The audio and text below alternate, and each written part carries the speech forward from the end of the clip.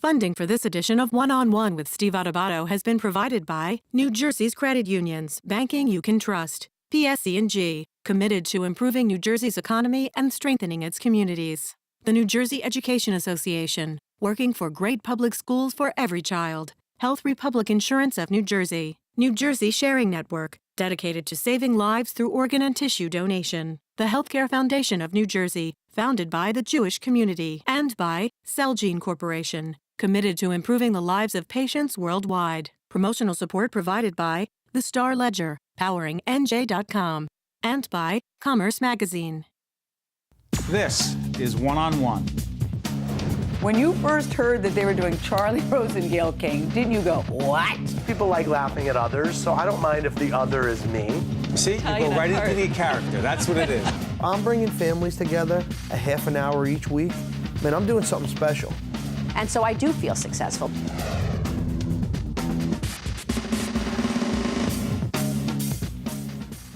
Hi, I'm Steve Adubato. Welcome to One-on-One. Today it's One-on-Two, and it is an incredible, amazing story that you're going to learn an awful lot from. Let me introduce the two gentlemen we have right here.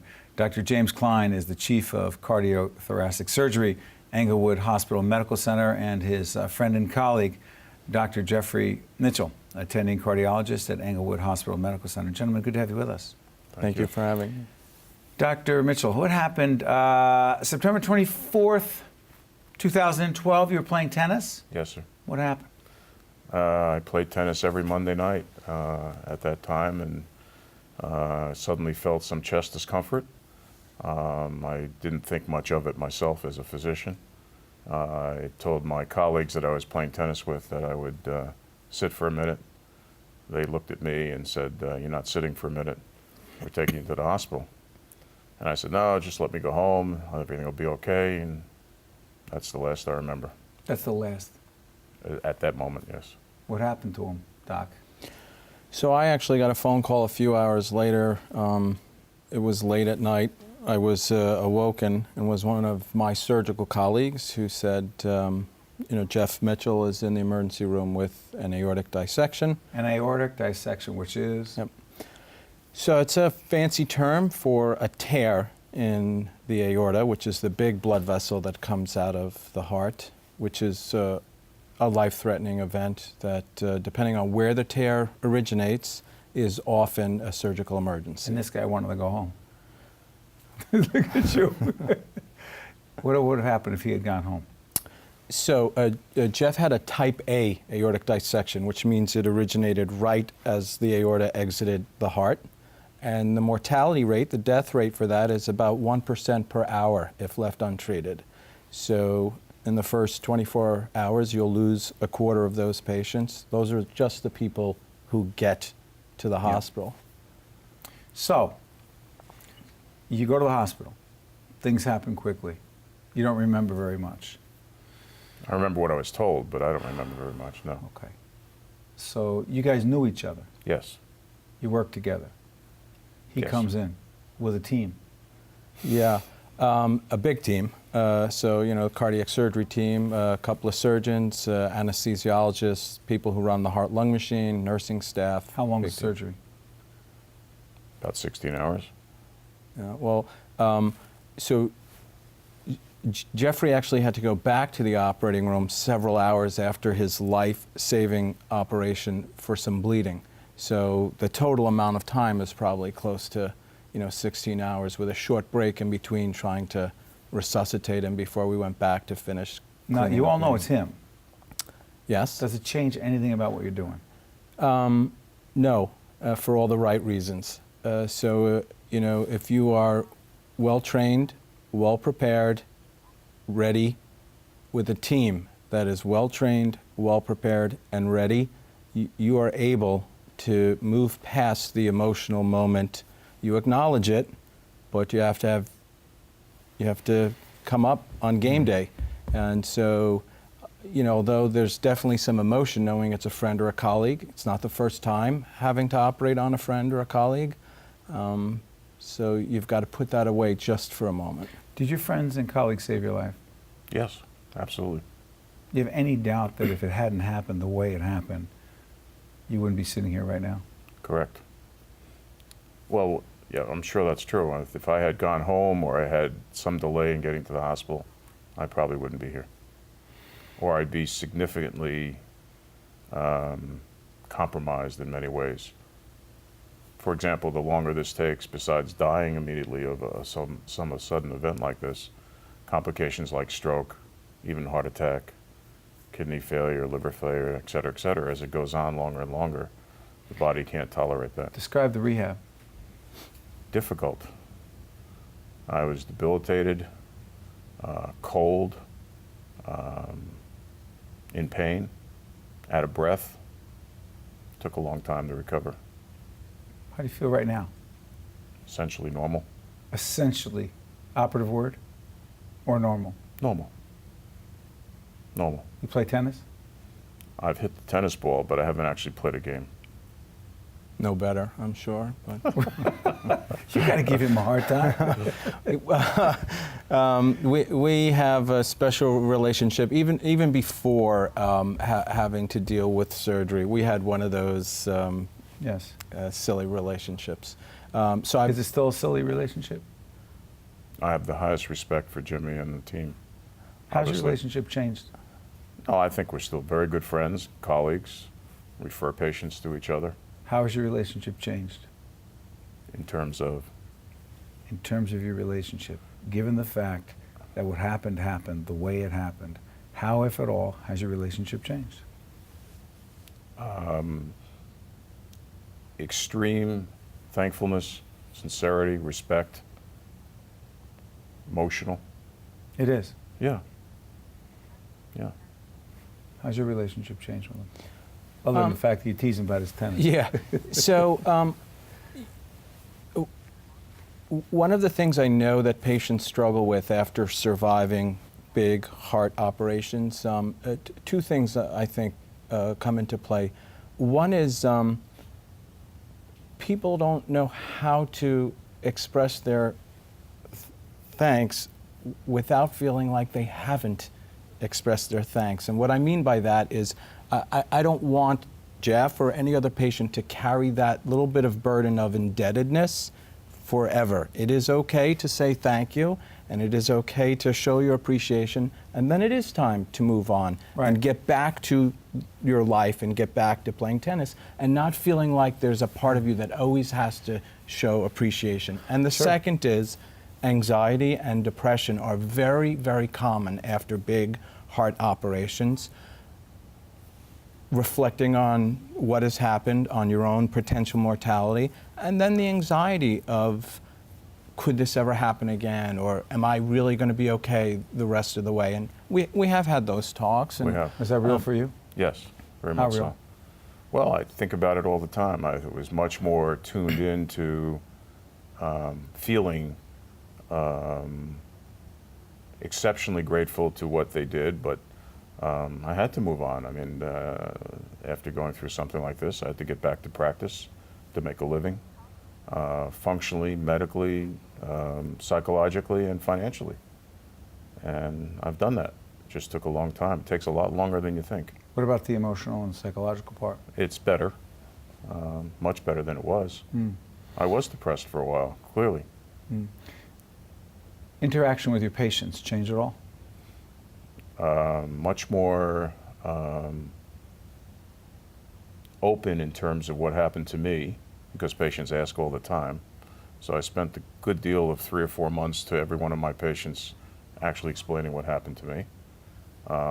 Much more cautious and aggressive in treating hypertension. You are? Oh yeah, absolutely. Wow.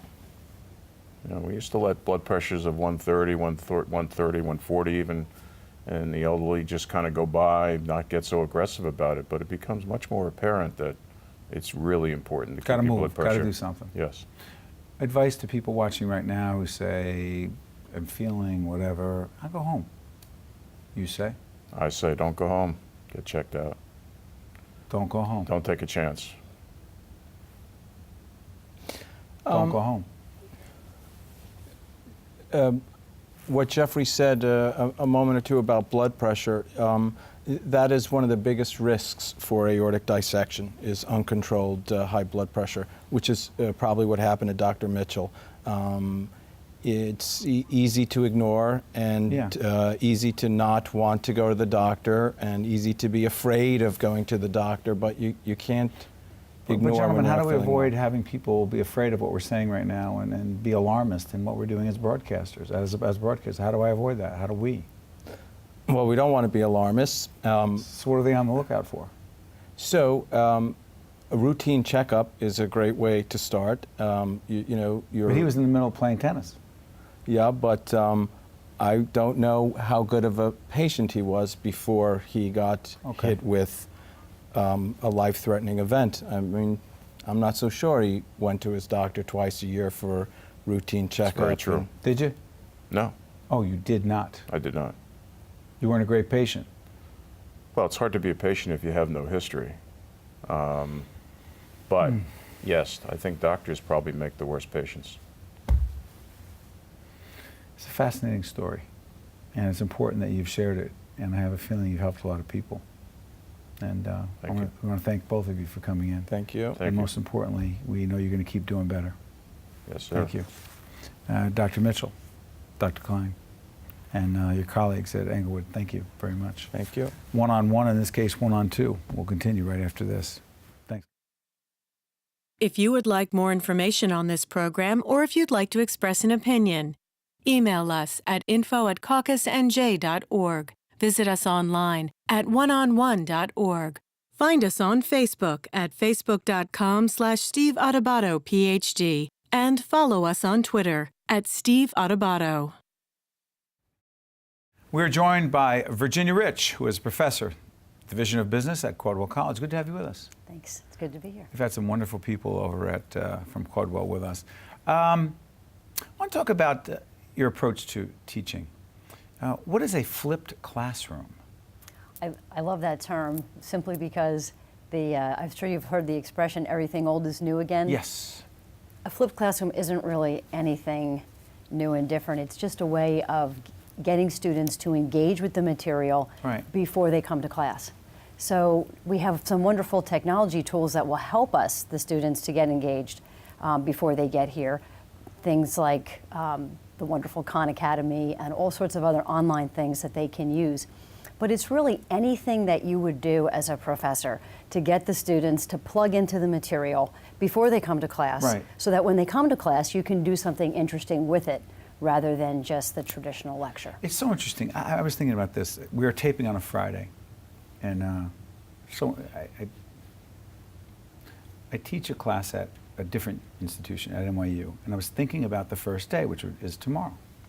And the whole time I've been thinking about the first day, you've got to get them thinking. Yes. And so I think most students come expecting the first day. You tell them what are the course requirements, how do they get an A, you know, all that stuff. And the whole time I was thinking, I should have sent them a question for them to come in thinking about reading something and come in prepared to talk about such and such. That's a great idea. Is that it? Absolutely. Is that what you're talking about? Absolutely, because I think in order for students to get... By the way, I didn't do that. I should have done that, but go ahead. Next time. Yes. There's always next semester. Exactly. One of the things that we absolutely have to do as teachers is we have to help the students see why this is relevant. And I think that the students are no different than you and I. If we are in a situation where we have to sit through a talk, if there's nothing in it for us, then we can't help it. We're going to be pulling out our cell phones and checking our email. Is the operative word, sorry for interrupting, is the operative word to engage them? Engage, but you have to engage with relevance. There has to be a engage reason. with relevance. You have to get the students to see what is in it for me. Why do I need to take this course? How is this course going to help me ultimately in whatever it is that I'm doing? Even if it's not today or tomorrow, it might be at some time in the future. Something that makes it worth their time to learn, to go through all the effort to learn. And if we can get that relevance, if we can engage them, then we have the possibility of having a really active learning experience. But how is digital technology, how is communication, the internet, et cetera, and so-called, Jackie, what are we calling it, the smart board? How are smart boards helping us do that as academics in ways that were not so easy to do before? I think one of the things it does is it makes it easy to be interactive. How so? One of the things that I really enjoy doing is I have the students. Is that what we're looking at right now? Take a look at, you can look right, pop that up there, Kip, if you That's could. one of the tools that that's a lot of fun to work with. Our whiteboard is not so, our smartboard is not so smart there, so you have to look at it right there. So what is that, what's happening right there? Okay, that's using one of the rooms where we have what's called an aquos board, and one of our— A what? An aquos board. Okay. It sounds like something that's underwater. Yeah, right. But it's what some of our people call the smart board on steroids. So you're basically able to take your desktop computer. Got it. And blow it up into something really big and then make it entirely a touchscreen. And even more fun, you can pick up what looks like a marker, of course it's not, and you can actually draw on a website. So you can draw, and it's great because then you can save that, whatever it is that you drew, and send it off to the students. You can do any one of a number of things with it. What I really like about it is that it helps us reach all the different kinds of learners. Some students are great auditory learners. Some are visual learners. Right. And then most of us are kinesthetic learners. We need to do something with it. Kinesthetic? Kinesthetic. So we have to, it's hands-on learning.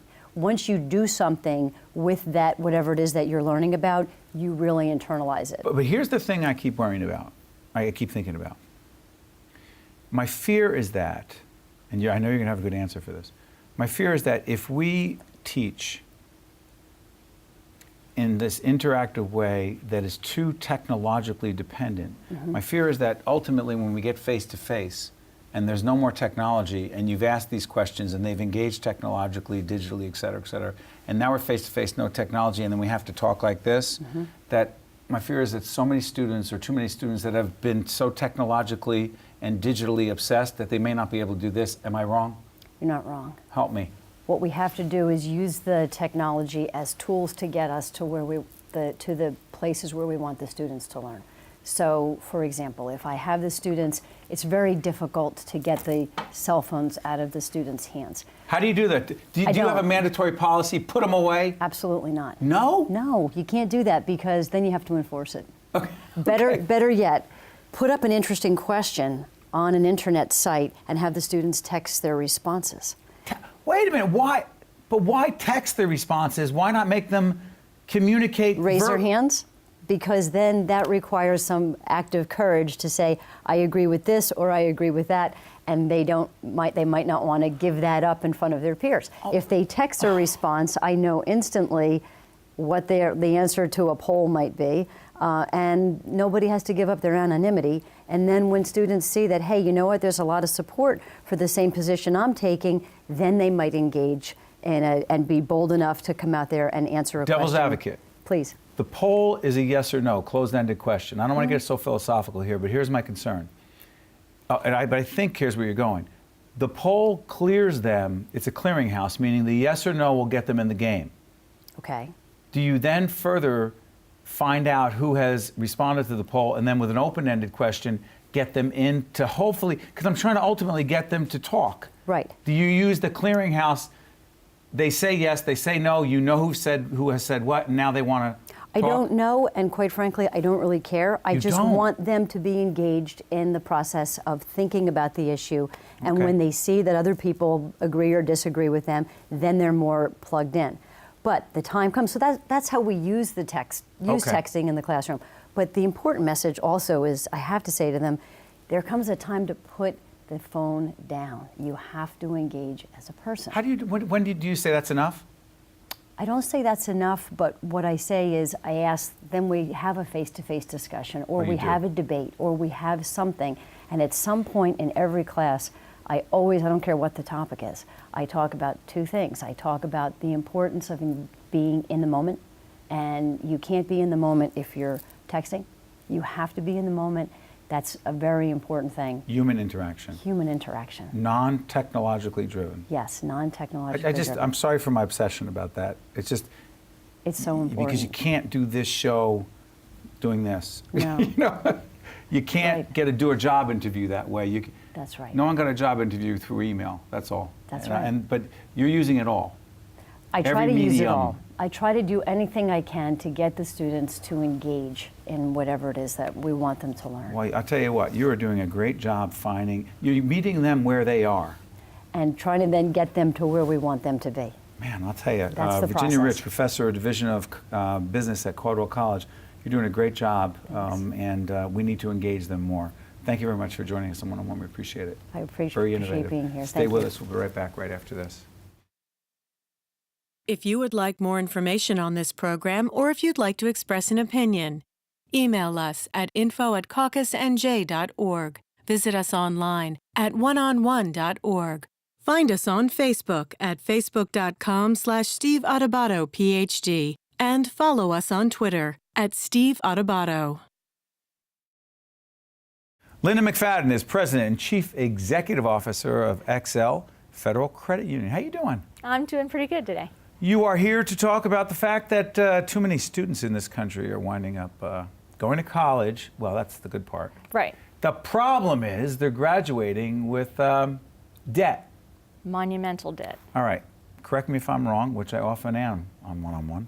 $50,000 to $60,000 average debt. Average debt when they get out. How the heck does that happen? Tuition's an expensive business. I know. I just had a son graduate from Fordham University. You know, had very nice grades, but big bill. How does it happen? I mean, what's the plan, or what isn't the plan, so that 50 to 60 grand winds up being the bill when they graduate? Well, to begin with, college education has escalated over the past 10 or 15 years. But it's not like we didn't see it coming. But did you plan for it? Did the average American plan for the college education that their children were going to need? And most of them didn't, because they're not talking about one child. Right. They've got 2 children or 3 children. And then you've got soccer and basketball and teams and family vacations and the important things in life. And then they get to college and they're hit with, how am I going to pay for this? Concrete advice. Concrete advice: to plan for it early, to weigh your options. There are many options out there for financing. To educate the student as to the debt they're getting into and make the most of the education. Make the best choices for college, the best choices for their own future. A high school student, when this education should be brought to them during high school, not wait until they're ready to apply for colleges and go visit all these colleges they can't afford. They need to look at this their freshman, sophomore year, meet with their guidance counselors, attend as many seminars, webinars. There's a multitude of educational opportunities out there to teach you the most prudent way to pay for college. Now, do you think it is, Linda, that most folks are just thinking somehow it'll all work out? Yes. That's the plan. Their Which plan is no plan is at all. their plan is their child is going to excel and get all these scholarships, either excel in sports or excel academically, and they're counting on scholarships. They're counting on state aid. They're counting on a lot of things. Counting on scholarships, counting on state aid. That's what you hope for. Right. You don't count on it. Correct. And you can't count on it because it's not there. There are a number of scholarships out there that the students do not even apply for. All the electric companies, all the civic groups, church organizations, all these people are giving money out, but it takes time to apply for them, Right. and they have to do it early. But how about this? Say you get some, you don't get others, but ultimately you have the loan. Right. You've said, hey, at least pay the interest. At least pay the interest. Talk about that. A few years ago, in about 2009, a bunch of credit unions got together because we have small portfolios. We don't Credit have the unions do. right. Credit unions do. So we don't have the magnitude with the school financial aid offices. So we got together and we said, if we pool together what we have in excess funds to lend out, then we can create a program, a private student loan program, that means more than the federal programs and more than a lot of the other private programs out there. We created a program that is credit-based, the student pays $25 a month while they're in school. That way the student is aware that there is a debt out there, and $25 is not a lot of money to expect a student to pay every month. It's, you know, pizza and beer one night. But how does it help you? It helps keep in their mind that they owe this debt. It keeps in their mind that they're paying for this education. It's just not a party at school. It keeps in the forefront that when they get out, there is more to pay later.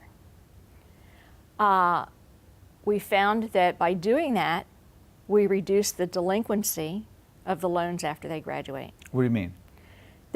The student or the graduate has been paying all along. They're used to making routine payments on this debt. So when they get out of school and the real payment comes in, they go, okay, I'm used to paying this much, now I'm paying this much. I know it has to be paid every month. I know if I skip a month, I'll get a notice, and they'll call me on the phone, and that this is an obligation I agreed to while I was in school. One of the reasons the federal programs have such a high delinquency rate is that they cut the check, it's need-based, it's not necessarily credit-based. They give the school the money. This child never sees the money. It goes directly to the school. All they know is they can go to the bookstore and spend this, and their tuition's paid and their room and board is paid. And when they get out, they have not thought about that over their years. They haven't maybe excelled in their grades the way they should have Sure, because... a few seconds left. And that's what your organization, your organization, the credit unions, are helping them deal with this. Right, we are. Okay. Well, keep doing it because it's important because they can't deal with this debt. Thank you very much. Thank you. One-on-One with Steve Adubato has been a production of the Caucus Educational Corporation, celebrating 25 years of broadcast excellence. Funding for this edition of One-on-One with Steve Adubato has been provided by New Jersey's credit unions, PSE&G, the New Jersey Education Association, Health Republic Insurance of New Jersey, the Healthcare Foundation of New Jersey, and by Celgene Corporation. Transportation provided by Airbrook Limousine, serving the metropolitan New York, New Jersey area. One-on-One with Steve Adubato has been produced in partnership with St. Joseph's Healthcare System.